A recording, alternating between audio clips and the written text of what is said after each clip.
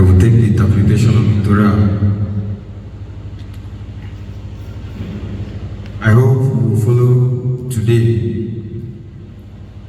Marriage, divorce, and family. We are asked to honor our father and mother, not to beat or strike them, not to curse them, not to hurt them. Now, this is very common in this new era now. Many people, because of the old age of their parents, they will choose to disrespect them, thinking that probably the mother is of old age or the father is of old age.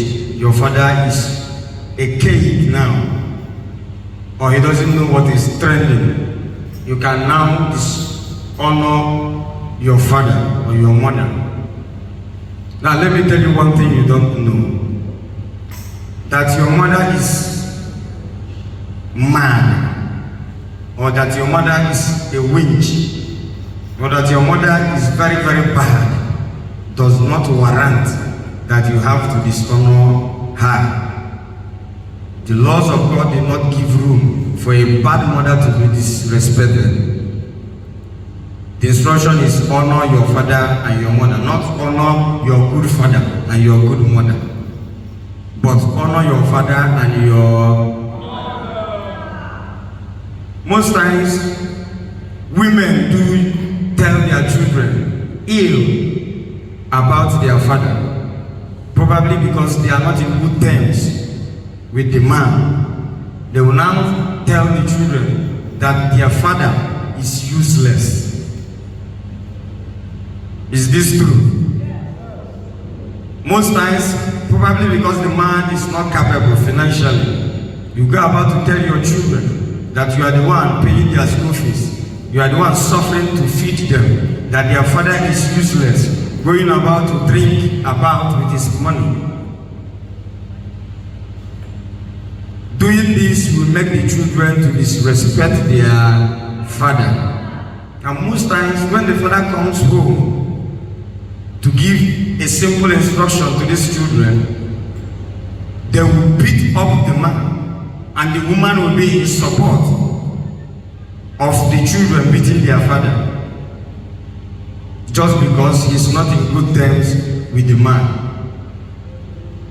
Most times the woman will go to a length to even give the instruction to the children to beat their father.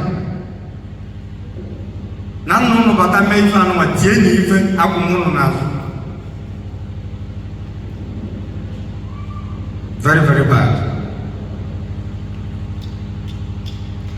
Now these children will start to disrespect this man, and they will easily forget that this man was an answered prayer to their prayer. Do you know that? When you were very single, you used to come to the house of God. You kneel down and beg God for a husband. Chineke biko, ye na yodo bu inyamundi. Inyamundi na ke bere ki ibe mu na eziokwu. Ine ebe ya mulanya, but most times they go about to do even midnight. Na many house of prayers. Ka Chineke send dia di. Do you know that the population of women in this country is 21 times double than the population of men? Do you know that? Okay, let's take here for example, the population of men in the house and the population of the women in the house. Which one is greater? Not bigger, I said greater. Women. Do you know that even the lesser population of men, that half of them are not even ready to get married now? Do you know? Even the ones that are ready to get married, half of the ones that are ready are in the prison. They are in the prison there. And once you are in the prison, you cannot get married to any woman. True or false? Okay. Do you know that half? We've divided half for the men numbers that are ready to get married, that are in the prison. The other half, you know that the other half, when you divide them into half again, half of them are now reverend fathers.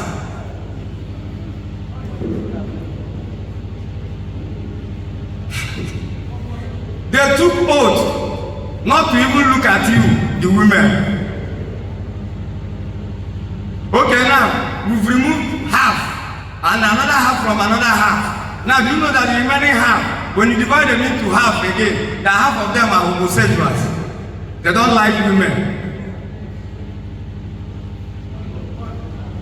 Do you know that? Do you know inside the other half that is remaining, that some of them are mad? Men are, population of mad people, men are much than women.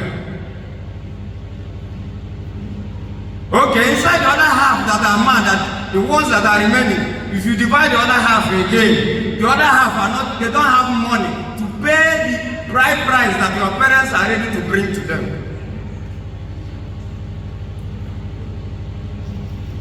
Do you know this?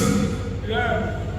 Inside the other half, I don't know the fraction that is remaining again. I can still divide them. I don't know if you notice that it's only 2 men that are ready to marry in Nigeria.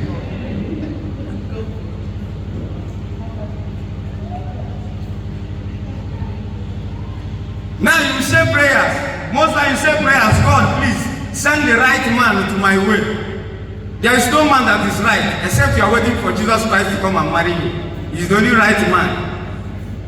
And he's not ready to get married today. He's inside one of the remaining number that are not ready. Now after that prayer, God will now squeeze out a good man from the little fraction that is remaining and give to you. Just because of one single problem in that marriage, you will now instigate your children to beat up their father without knowing that that man has the right to marry as much as he wants.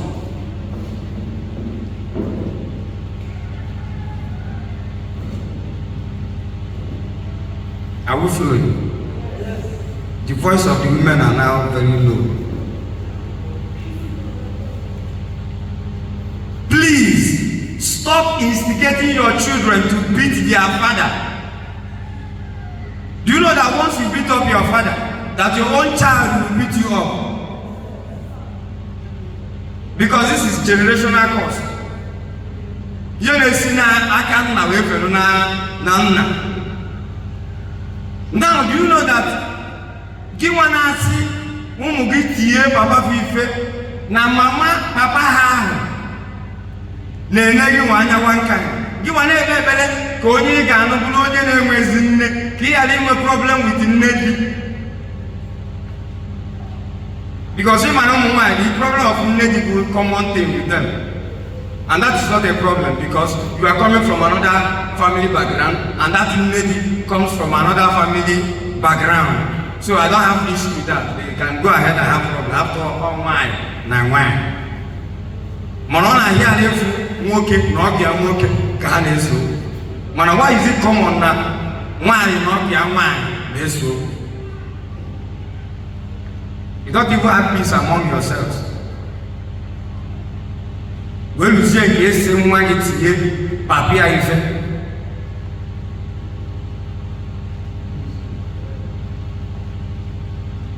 why would you even open your mouth to tell your child that Papa had useless? Do you know that when you tell your child that the father is useless, you are indirectly insulting God that gave you that man as an answered prayer? Do you know? Because no man, because quality of volume, what is very low. If the population don't work up, I just need your voice. People are following. Actually, they are no. Now that same man, he assume we to be fair. Buku onye bi anaku tagi na onu ndi neba ka akọ na village. Na na hu ni di, no hanaji. Go ka bia ficha ya nya mmiri. Ibazia no if walk a bread pass over funye we gwa bo mwaka atibezia na life na na fa be useless no ni ile rapa we kwolo fo gwa biko nwoke no nwanyị akwanya onwo nwanyị ya rapa nwanyị ya le we kwugwa ụmụaka ka onye nwere rapa o nwoke nwere ife ahụ ile Kezi compare as useless. Ogo terapa in case you want to agasi pada ile. We support banyak. So ile dia le body o abati. Wa because na nwoke ro kata kudo kwa oge go chikwa ya mogene nya ba abati. Ani begidi ya nwoke a we nwa. Biko metigori ona ba akasi na afa ya bụ sorry ma nwoke ahụ. Nwoke ahụ nwụọ amara nke ị ga-esi wee face ụmụnne ya.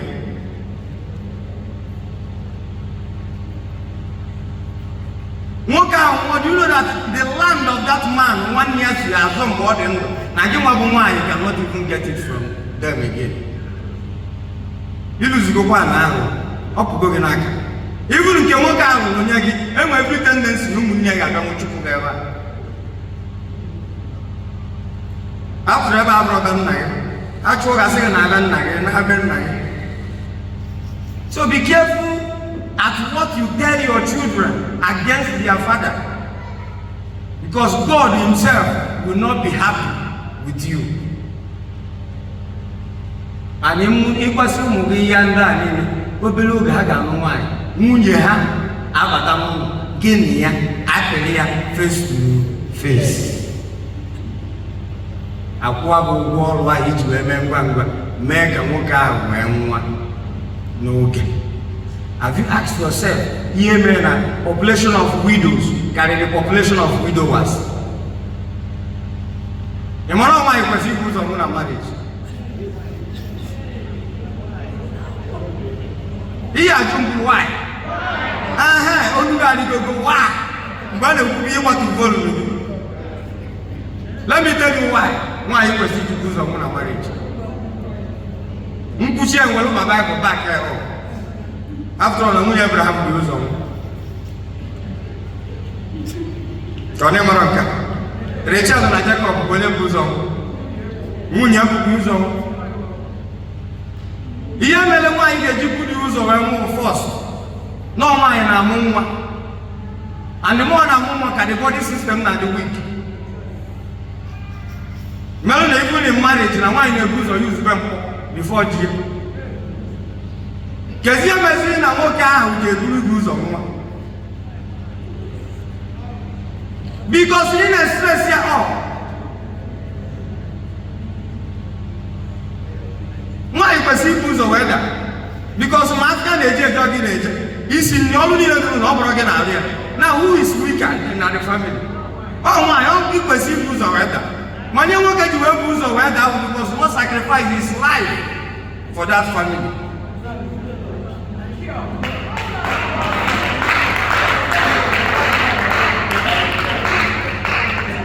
But I know nwoke dị so lenient enough. I nyekwuru unu Mother's Day mebenu. Ọmụgwọ obodo oyibo jebenu. Rapa mabanu. Anyị na-akpụ nwala unu nwa kebe isi. Makeup mebenu. Height, artificial height. Welonu. Artificial nkuanya nwekuonu. Esibenni likari anu. Melunu licha nini nne na kitchen. Unu pụtazi na sino na isi nni juru na afọ n'okwu ezi unu rie nni. Anyị ma na ọnụ likari. Anyị ma gba nkịtị.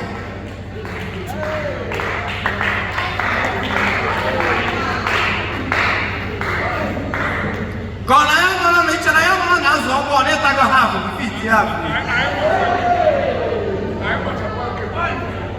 Ịchara ya mara na anụ ahụ ya si gị gote n'ịtago ịnọ. Ịchara ya mara. Anyị mara bifo nni eghe n'ikurugo nke nnene nni. Even the last one, anyị na gị na-edikwa ihe dịfọrọ kwuolu gị. Onye ma na ifu married people, ifu na nwoke ya na-ata arụ nke nwaanyị na-adị for adị.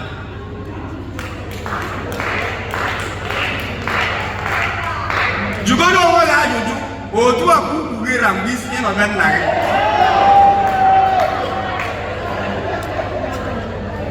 Elugo dị ọpụtago.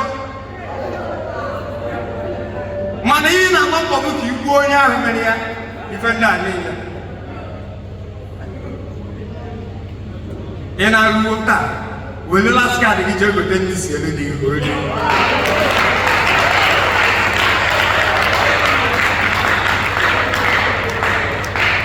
Ka o nwee ike tọkwuo atọ ọnọpụga kwuo wetara gị one or two things.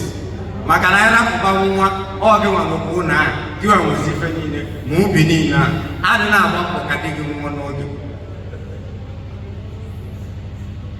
And now teach your children how to respect their father too. Nwatakịrị mụta ka esi erubere nna ya isi, ọ ga-ahị ya arụ ọ bụ na ha own marriage, ọ na-agba ọsọ ka o ji force ọ dị ya.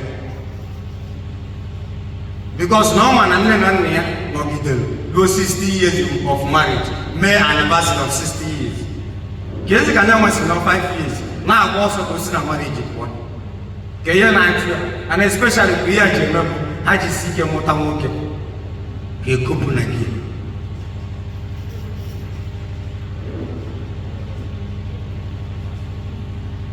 Please and please, ka anyị gbara ihe anyị na-agwa ụmụ anyị maka papa fa. Na you too, ị na-emeso nwoke ahụ agwa n'iru ụmụ gị. Gbaa mbọ fụrụ ị na-epet ya epet, gbaa mbọ fụrụ ị na-eme ya ọfụma ka ụmụaka ahụ ike na-amụta na nwoke a bụ isi ezinụlọ. Onu ka gị nwa bụ egwu bụ isi onu enwere use, ọ dị useless. Mana wụta ka onye isi ka ya akwụ kama ọkwudo na shoulder. So know what you are doing. Ọ bụ na o nwere ebe isi enwe that notion, because all these things bidobu mgbe ihe niile dị mma gboo ndị ụmụ nwoke believe na ụmụ nwaanyị aha agụ akwụkwọ. As if women's education ends in kitchen. Anụ mgbe ha na-anọ ọfụma ha nọrọ ekopụ ozugbo atọpụ ha n'ụdọ, you can now go to school. Okwu wee sị ha jekwuru ụzọ mụta gender equality, which is against Torah. Nwere mgbe eji nwe gender equality. Chineke si na nwaanyị weaker vessel n'ihi nke na ọ ga-anọ under the man. There is no way in the Bible you can equalize a man and a woman.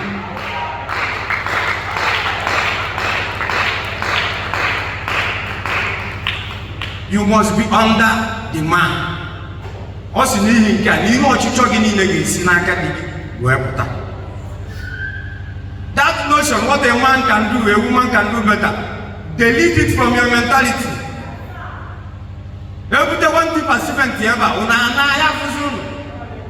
Ụmụ nwoke ebubi ya, ị ga-apụta mkpụọ ya ka anyị fụ. You cannot do it if weaker vessel. So please learn how to be under the man and respect the man Chineke nye gị bụ an answered prayer to your prayer. Because na mgbe a na-agba akwụkwọ, ọ gụnwa bụ ụzọ dị fast. You know, notice na agba akwụkwọ, agbabu iyi of wedding, iyi na-anọ na wedding. Na ụmụ nwaanyị na-ebu ụzọ na-eti anyị. Nwoke na-eche eche. As if in sickness and in health, for rich and poorer, and agbago and agbada. Nke nwoke a na-eche gị nwa na-eti I do ka anaba. Ị mara ihe oyi ka ị na-aṅụ. Mkpesi ife a niile nwụsie ihe a nwoke a pụta echi wee daa ogbenye wee rapụ ya gba ọsọ. Ị ma na kọs dị gị n'isi maka na ị ṅụrụ iyi eji Baịbụl wee gwa gị. So ị kwesịrị ọ na-agbago ọ na-agbada gịnị ya kwesịrị ime gịnị? Ị na-agbago na-agbada. Ori ọkpa isori arị ọkpa. Ọ bụrụ ori ọkpa ibido complain na be nna m na mmeri n'obodo nne ya anụta gị wee tarazi afụfụ. Ị ṅụrụ iyi na gịnị ya ga-esota afụfụ. So keep to that oath. Ọ bụrụ na ị chọrọ respect the man, respect the vow he take on that wedding day, so that God may allow you to stay longer on this earth. I hope I have not offended you. So I will go to another law. Now we are asked that newly married couples will not engage in public duties. In you are not going to be engaging yourself in public duties like guiding the walls. In fact, the pastor no why offer a pull away from field work. Yana wunya another body journal like 1 year and 6 months. Enjoy their marriage. Before na cheta kwa na field work again. The Torah is not going to be no money. Na do munye ganya because any money Josiah onye ozanova munye. Torah said, by adventure, if you die, another man will now come and take over. Why you never enjoy? When you know why, after 3 years in marriage, okay, moments you will enjoy. More because I was a year and for another 15 years, here to marry. So you allow the person to go jail, somebody under you, even in offices. Government offices were see medicine adapt. No, you know why you offer Arabia. Now, 1 year leave with payment. Yanaba. Go to all the reality before returning back to work.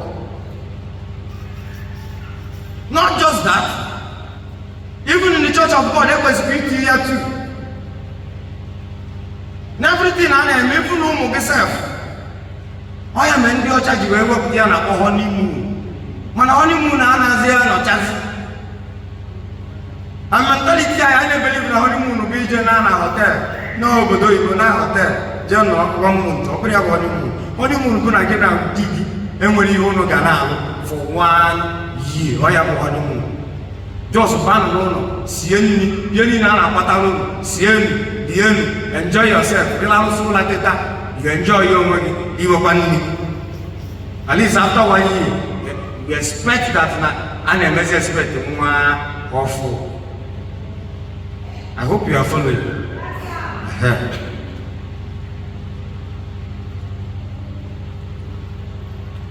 Now we are going to go to sexual relationships. This one, the trend, get up. I want to make videos on this sexual relationship. We are asked not to commit incest. And this thing you see from parental upbringing, parental responsibility.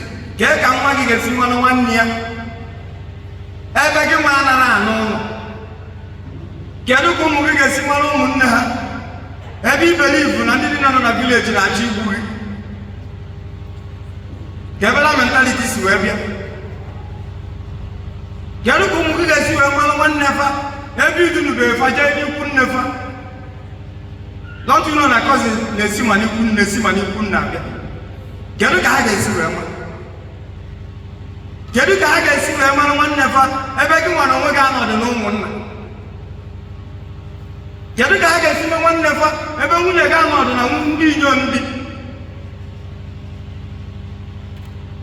ihe ndị a na-enye furu asị ihe ụwa na-arụ ka ọrụ na onye bụ ala n'ime Jehova ọba je kwa pa ọkụ ha na pa.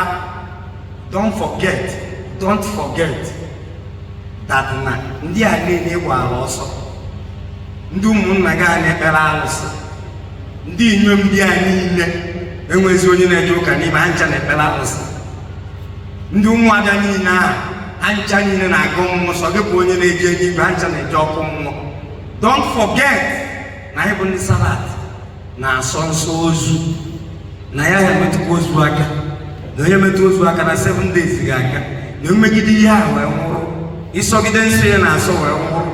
Ọkwa ndị enyi na-anaghị eje ụka ndị enyi na-agụ mmụọ ga-eburukwa ozu gị jee n'ihu.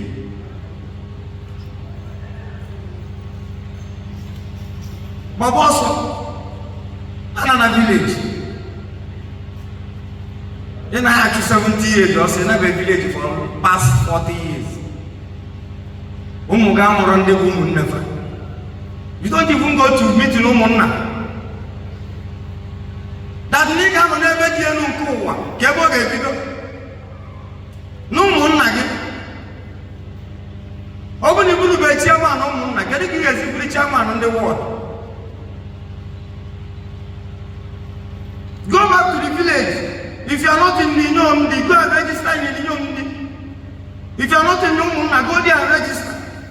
In fact, open no Nom again in a believe here. Banyadia, register.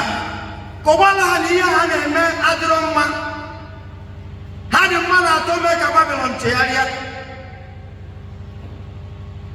Open a Shadrach, Meshach, and Abednego.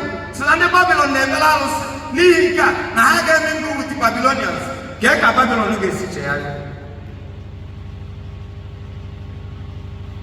Nya hindi believe no so gi eje ni gbe umu na gini na eje wako mo emeda anya ni gbe ayi na eje so gi bonye village gi no na ni gbe ogu we da between the village gi and the village ozo na ni gbe kedi gi yesi we eje the village do le ti wako anya ichi je so bonu the village gi jebe o ga bo oguda ka the village gi mi ke ti won the village ozo ke o ni iche ma ba ha da na ni gbe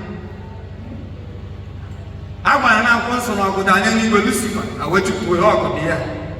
I want to see the kingdom of heaven suffer like violence, and only the violent will take it by force. So get to Egypt. I go to the go to the woman. Govern even the hand and govern and can and Torah. Buludia Torah and my general Mona. More than I gave it. I go see a minute as German Mona. A good down. Was we will be very happy. No one again in the Permanent Mission International. Kino one again in the neighbor. Woman knows that this is for one. Or would have won a remnant, woman like it over. In a jump was your minute, Joseph Manaka. No one Manaka. We don't know one. Charity begins at home. Young Yellow Walker. Don't have that hatred. Torah yesterday back. Do not hate your brother in your heart. Even your enemy. Torah is even your enemy. Careful and you be upon under your body. Give her boy. How much more when you get a humble for Balana one at the same way? Not just religion, separate alone. Go and convert them. Jabba who put it. Blows your mother no more. Blows your mother. Blows on my jabon walk. Hakusan Java Golo Hatura Kotafa Fly as an egg in a Jake and them one. Jake Nugget Tabernacula by imagine name Nugget forward to Wadia Tabernacula. Each and one near neck of a goose of Nugget one. Jose Blon. One gets more to moon again in our plot. It does, I don't know. Because population no more about it. In we register as a woman, America, now you can now bring your children home. Kuzielo hande bungu never. Only have one leg. Namuna fats you to our matuta. Nay, I know money in case if we are children. Because every mistake you have an attention. And every hindrance, I don't even know. Most times people now don't have English name. Some people with English name and so on. I never confusion me now. And even English name is Mason and the money meaning. I don't begin in Matthew, get time, my Matthew.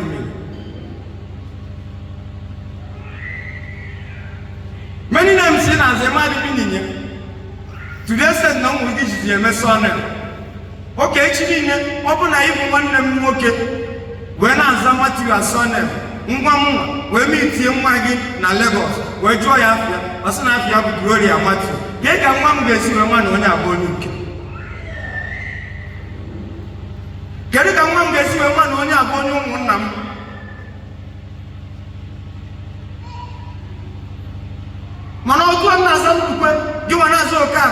What is your name? Was Glory Okafor? First question, so you are an Igbo person? Oh, I say yes, I'm Igbo. From which state? Second question. I'm from Anambra. From which place in Anambra? I'm from Anambra too. From Uke. Hey, what name Kibu? Never. From Oba. Hey, Oba Kambu. Never is in Oba. Abumonyo Bina. Hey, what name? Ona also. Kagini I remember. Manona Zamati. Okuli Chari and Lagos. Oh, you get to be him. Kedia Mwanka Tonite, honestly, me and my father and my mother are brothers and sisters. Would you Mwanka is what here? My father and my mother and me are brothers and sisters. Mpaya na mma ebo wanne. Agwota otalanta.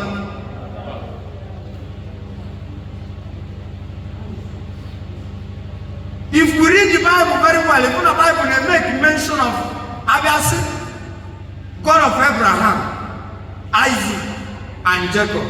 Abraham mutala Isaac, Isaac mutonye Jacob. Teach your children their ancestors as well. Nonya mutamu, onyenka mutonya. Joshua the son of Onye, none. So that this kind of act, you see, when I go to Megan, what? Maybe I put BP. In my BP, I know one and a half, you check you on 140, 150. It's not a BP get a lot. When one get just 1 year, my BP got 470. Maggie, I'm not BP na here, the BP got back. A joke with also tight in your chronaga. Makaniga wati esiko we akowa both in the church ga hakowa nwe and even in the village ga hakowa nwe ige ezo even yele na eme mmadu eme ina aputa na gate ibe gi igwela akwa kechi iru gi popo ya popo we na aga n'ụzọ ka ayare na ama n'odo because you did not teach your children.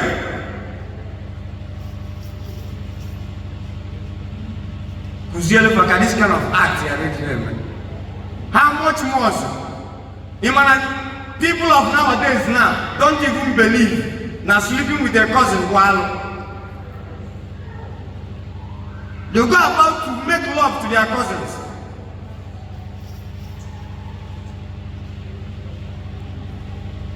All the person in one room na beg for boys and room for girls. Because who will get out of the room working and wine? Obeloge. Separate them. Don't believe no man can have one and one. All do about to that notion now. How I can tender. Only if I and first if I follow a in one room, restrict here from going out. Kitchen will try him and I got him with firewood now. It's an hour and a rubber.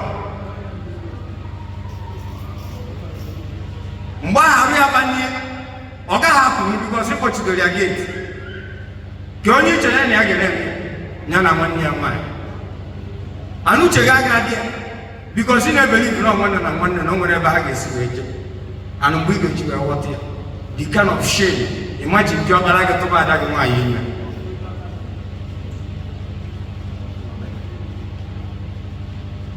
jadi ya ko nwa ha ya mu nke ya kwe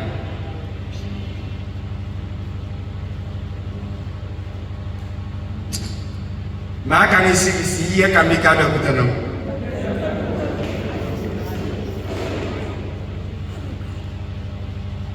Now, not just that, we are asked not to sleep with our father's wife. You know what is your father's wife? Not just your mother. Your father may get married to 4 or 5 women. You see when you can't you just sleep with the young one. Someone didn't Pino mbaka babonka. Kone maro. O ma ikelu be 70 years. Oja muta nwa ogbo adi anwa imo ogbo last born ya. ọbara na-asị eyi nwa nke a nwakazigbo nwunye nna gị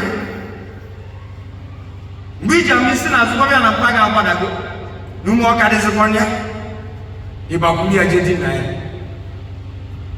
alụ ka nke ahụ gị na nna gị a na-ebi n'ofu nwaanyị onwezie ka nwaanyị a si dị ime anyị amasị na nwa nna gị ka ọnwa nke gị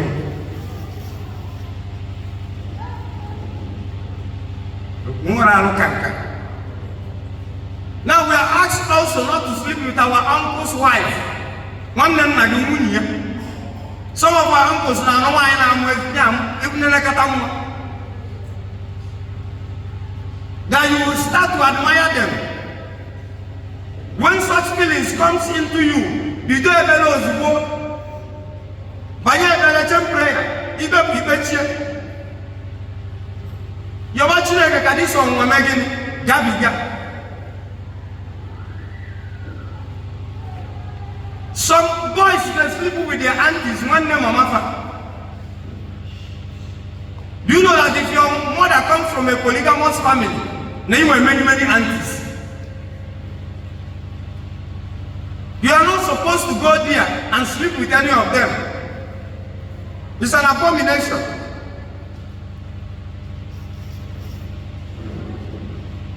Now, an ekusio can do that a man will see a fellow man and start to admire the man.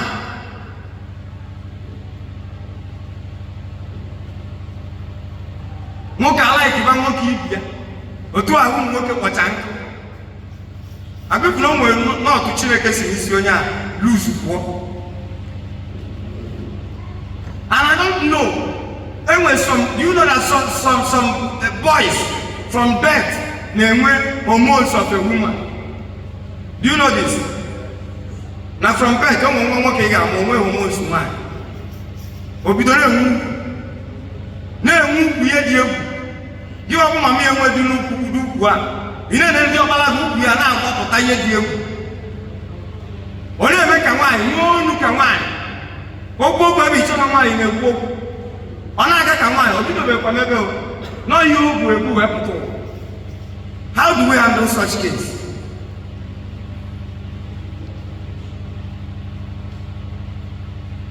Anima no din ka aga na n'ụzọ ndị nke mmụọ ọjọọ nọ n'ime eche na onye otufa ma ha mara na ihe a dị ihe ego mkpụtụ ụwa eje gụpụ anyị ozugbo.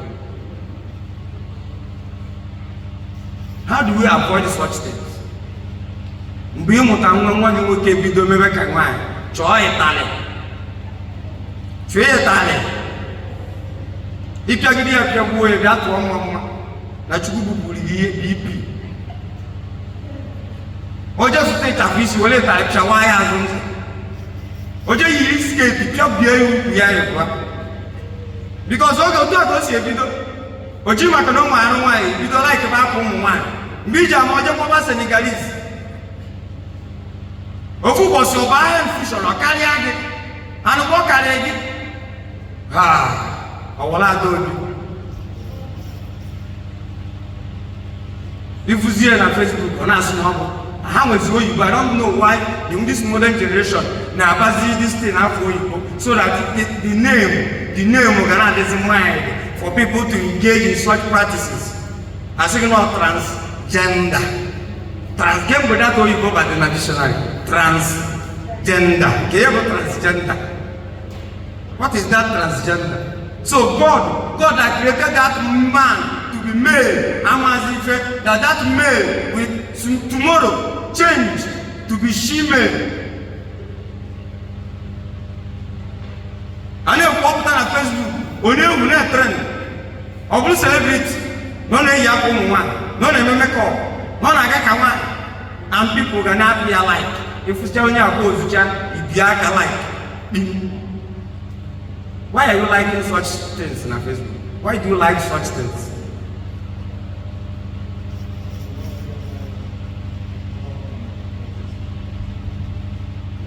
Ono na kwa na Facebook.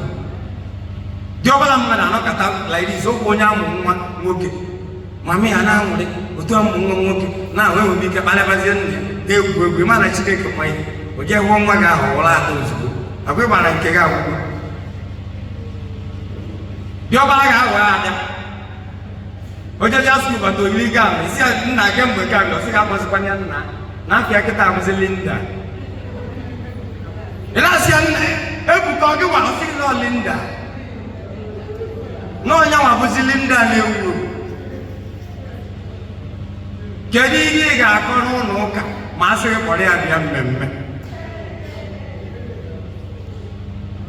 ọ bata ebe oyiri akwa ụmụ nwaanyị soro ịchafụ jesa ada ụmụ nwaanyị anyị na-ajụ onye agbala afọ ọnụ nọ n'azụ ebe a asị na dị ọbara gị wọzila ada agwa ọtụ ụtọ na ntụ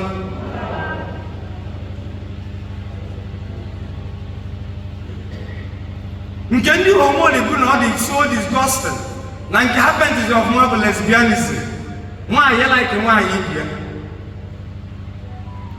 sịghị na ụmụ nwoke na-abreki ha dị ha o chuzie na nwaanyị na ọ like ọfụ nwaanyị ibia ọ na-akpụ ya bebi ha ị like ya nwaanyị ibe gị Chineke si na ndị mere ụdị ya abụghị alụ kafa mgbe ifuzie oyiri akwa nwoke si na ọtọmbọị nke na-enwe mmiri obi ha ya ejigide ya kegide alafa kegide ya kekpọọ ya kekpọọ ka ọ dị ka ọ ghara ịpụtazi nye anyị na-agwa Chineke ịdara iberibe ike kpọọ ya yiri akwa ụmụ nwoke yiri buutu chọọ nwaanyị ibe gị gbaba ya asa Korea as your girlfriend. Korea, give an answer photo. Now, we are look at my baby. Or you go to buy you now, please. Of move on Habuchaya, and I am a goya, Bago Kadik and the Yama. Now, form working. Here I'm one. How about as you look at them?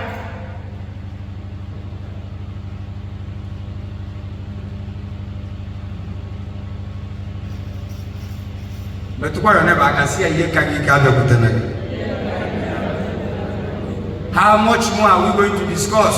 Are we going to talk about man sleeping with the beast?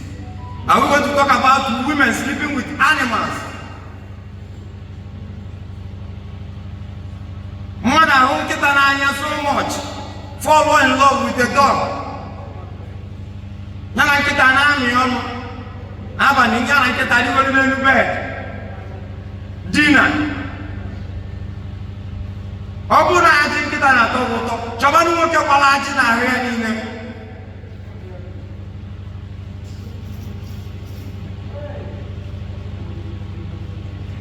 Ime gini yang kita tu bagi ime. Oke mana nak kita ngeke tu bagi ime. Ime gini yang kita tu bagi ime. No big Chineke wake you up and no big Yamana Kita to bag, you know your boyfriend. You keep on the pregnancy, thinking that you know your boyfriend, give a legend here. Was here on your woman. I don't like Yagan on Facebook.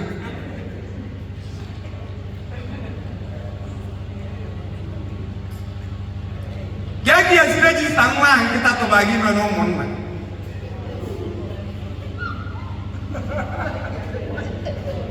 Okay, check it back. About an Beganucha. And every year you went so long we see one. Where's your own cat? Now, need your boy come and teach them for mother. You mother. You got up your two. You're going to another village. You're going one night. Say, I'm going to one known working. Chat, you have no one. I'll be on the water.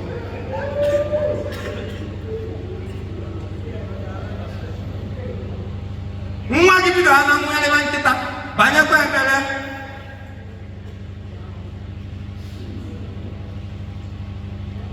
And most of these things in boys in America kita because of rituals. I'm a when engaged. Kya wacho pego. Asino Yahoo Plus. Kifu gesi ye pen to oshi. Jembo Yahoo oshi. Criminal kem.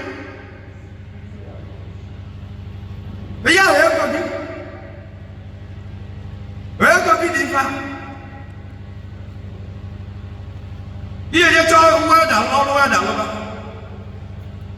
You know, children of Patachaziago, Kijanarian, go up on the Hamadi. Go to Hamadia, you are the most lazy person on the world. When you don't walk by a wheel, you're only a roof. Colonia don't pay. Colonia will do more than the moment. As soon as I was Oblugo Yaria. If you catch your crazy cat, you may say Yahoo plus. When I'm going on a primary school, you might have plus and minus. Mathematics is Italian. You put your laptop, not mathematics. You just buy a to the extent I was saying, you can sleep with your dog once in a while. Woman came for a man as no tortoise. A man sleeping with tortoise. I was wondering, tortoise.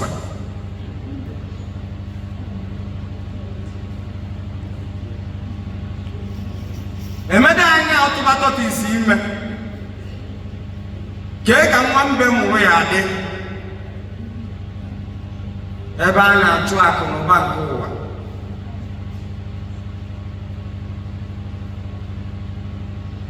Ekwela kihe wa bochiemo ibere chukwu. Ekwela kihe wa bochiegi ibere chukwu. Nemesia Iganu onu nasi uboshi bazu ewo amayenge nemesia iganu onu nasi uboshi bazu ewo amayenge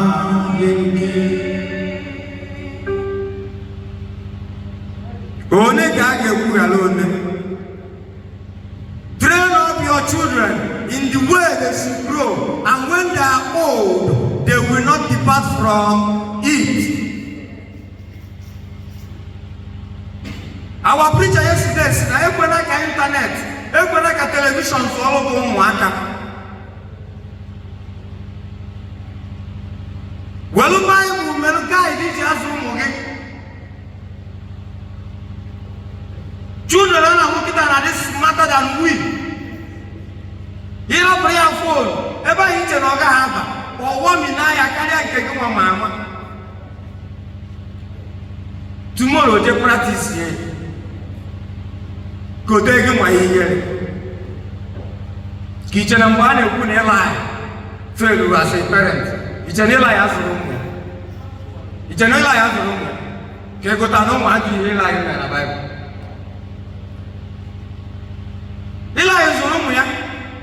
In fact, we are very well trained in the way of God because no one have a priest as well. We have a level charge. We work as in Israel long way life. We have a message behold Torah 3 times in a year shall all your men appear before me. What have an exclusive before God? And Eli was 98 years old. And his eyes were dimmed. When you 98 years, you please, one more back with the piano. Once you were alone and Kamoke, Gary. That if I met us in Bamoke, Nabagolo, I wish no one Eli and a take away my life when I am 65 years old. We're 90. We will leave home where I met. We'll go moke. You can ask no pastor again. You will give my way, you make a mortgage. Be careful, this house home again. Kaya go here.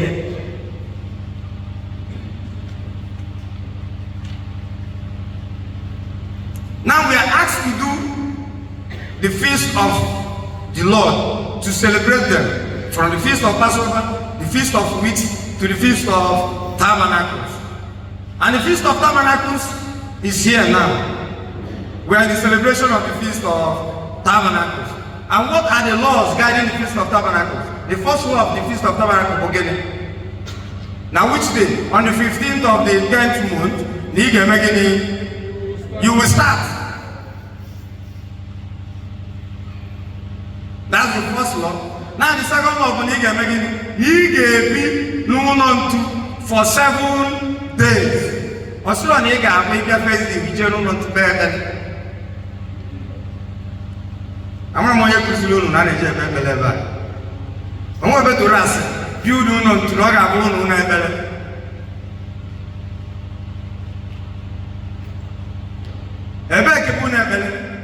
Unabella, not a sanctuary. What's the nigger with that? It was the area of woman, you never high tabernacle. What's the nigger on to nigger? I believe very much later you will see that you will come by next Feast of Tabernacle with your own private tent. Make sure not very, very comfortable for you.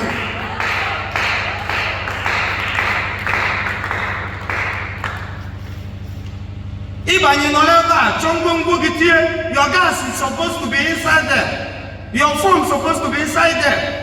You see, I'm not able to drop here. Public General said, I bet they put to where you Java, you must have very fair police. Or else you fairness, you never check up words.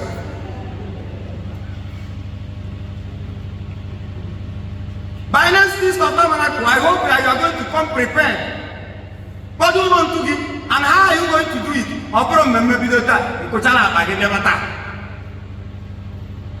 You are going to come 3 days. Before Memme, you know that only Memme that very day, it was never eventually. If I never Memme today, you more right, but I never eventually. More deep, more than your channel. How prepared are you? The Torah says, I'm going to use you alone and watch it. And Moses, who want to see God. God is okay, are they ready to see me? Now let me give them the criteria. I get you from. First of all, abstain from your wife for 3 days. Wash your clothes, take your bath, and make sure you are clean for 3 days before you come to see me. When you guys in a motor, to obey for the year. Every child can abstain from all this thing for 3 days before coming to see him. You should not want to water, but they are here. Before you come to any feast of the Lord, you must abstain from these 3 things for 3 good days. This show need to clean.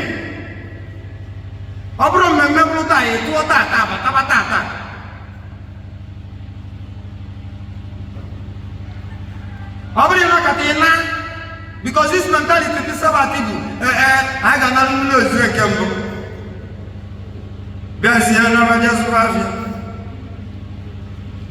Tell Bogatas like he passed. I was saying, Pastor, get Bogatas. Oh, Bible is Piano Bogatas. 8 days at the Feast of Tabernacles. Probably never the first day in a long process. You know what the second day are 2 blessings. The third day of how many? 3. Fourth day of how many? 4. The 5th day of how many? 5. 6th day of how many? 6. 7 days of how many? 7. 8 days of how many? 8. If you saw 2 each, another 2. Don't believe it. The louder your amen, go the louder you become. Because I may even close my mouth, but my blessing is bigger than yours.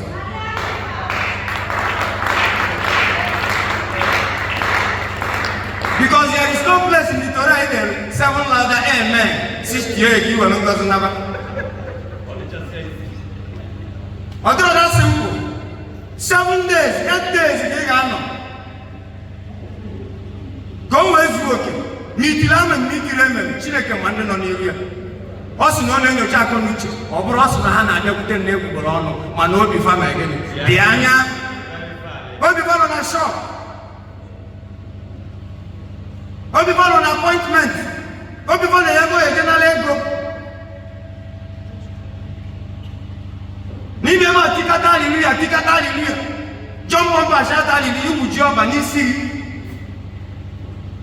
The Torah says 8 days. May ya ke hapu zeli Chineke. To bulu anke to bulu ni lu. Kinene zi ogo nyana gene. Nyana ndo. May be Chineke gwa agi. Because the law of God, like our high priest taught us during the day of atonement, the good for us.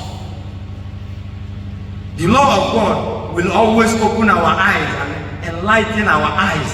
Do you know that the laws of God are also medicine to your sickness?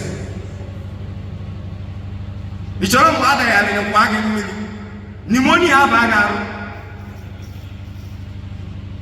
Keep the laws of God. Because you don't take it. You open it. Now, make a good young man, my wagon, Kagotari. What one the man Kagotari? May you check a wagon. Rapuzelian Paga. If you see a chile came as you, you can Kaya, Okuyon Chileke, well, my Chileka.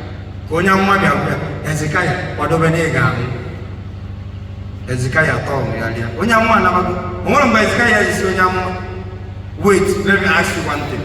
Onyam, what time Chileke? No. Onyam Madonna, Ezekiah told Chineke, Ichetam, all who do to him. Chineke, Ichetarife do to a simum. Mbawolizio Makia. Onye amaka no nso Chineke no nke onye eziri ozi ọ bụrụ nke onye amụma kwuru ọnụ nke ọnụ bụ nke onye eziri ozi ọtị onye amụma ngwata ọnụ ya rịa tọnụ ya rịa jekwubekwazie ya gwakwazie na o nwere ihe o kwuru ndụ onye amụma nụrụ ya Hezekaya kwuru onye nụrụ ihe o kwuru bụ onye Chineke si onye amụma go back and tell him I'm going to add to him 15 more years. Men of Chineke. I got one more about you to make a Chineke. Equal I Mula by the Sato, and Monan Nirugi, Mula by the Sato. He got was a get the gift, man. Monoponos or two gave you. Kediki is where you show you a watch or not to. You see a watching more. The man knows you. Which of course, he have a double heavy tongue. Mechanic kitchen, how to see Chineke here for life. I hope you are following. Now we are asked to come before God. Amara monya ground, unu bia na wunso, unu je kajisibo igwe jiwelu nonto. Amara monya gwa unu bia no nso, na ndi mission ye provide igwe. Yeni na na gudoro we be ikuta. Go there, they will provide igwe. That number will go to Captain and the message Mike gave you what the lie. Now, more about them. Us, you will come from your dwellings. How many you reach the other one? PCG it go to you first. Also, not from begging years, we will end up. Also, even no good see that Kajibi with them one. When I put a job on what you do, we are one way along. Wow, I chill and the Sabbath. When you have what you see with them one, to Robo, you know that they were the Balachi and Quacha. You see, begging out there, will end up by the will be man. No see the Navian on someone cheap. Never can ever tell them what to look. Also, you have flower to you, flower don't need. When you try to never yet you see people, I don't know why in the Sabbath here. You see people, when you want flower to you. When you have flower and you will be up to have get you college. See, I beg you, will you not be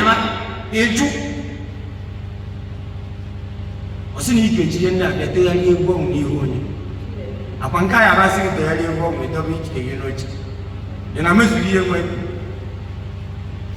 A war force and a force to get the area because I won't be here. You want to say, if you have an apple, I can attack you. A war, you won't. If I need idea, open up for the way we have my big name, you go get that. You go see Jacka willing. You go see my aquana people, was I gave up with you. Yet, you give him Gana, the choir believe him for there. You have a Wakwana, was I ever needed. Chilakina, while you don't know when I could walk. What happens here? Ndira kuri egwu no n'ime obi ya na akuri egwu na akwa akụ anya egwu meme gịnị gbaba egwu gbasanya akwali isi ebe a niile ka mmazi onye abasị gị na akwazi n'egwu a iji dị akwụwa ebe a mana onye a na-achọ ndị ọzọ.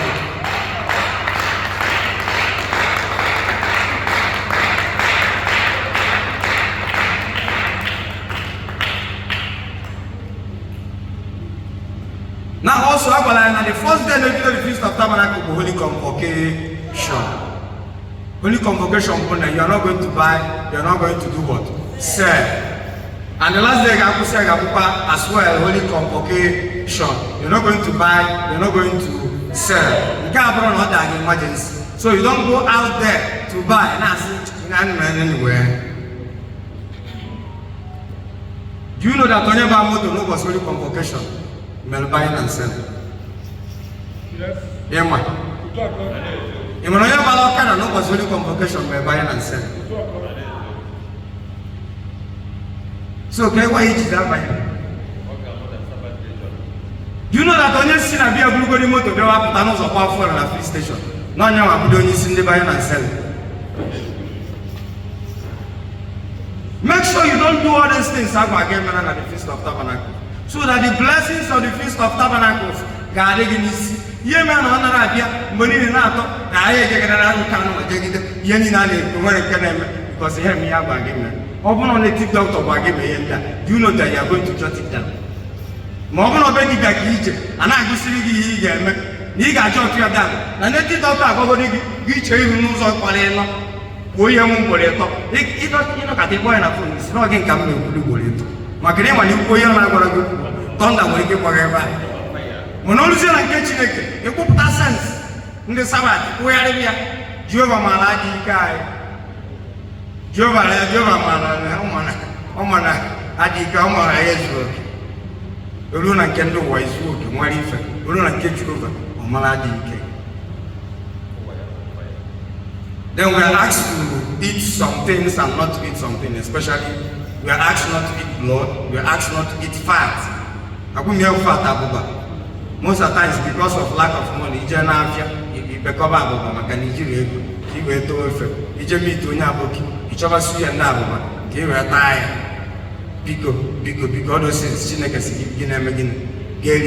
and you go there and make sure you boil them very well. Because the blood is in here, and after boiling, opening to make sure now all those things is in here making well. So you don't come back to complain of diverse sicknesses now tormenting inside your body. I hope we are following. Lord, prepare me a sanctuary, pure and holy, tried and true, with thanksgiving. I'll be a living sanctuary for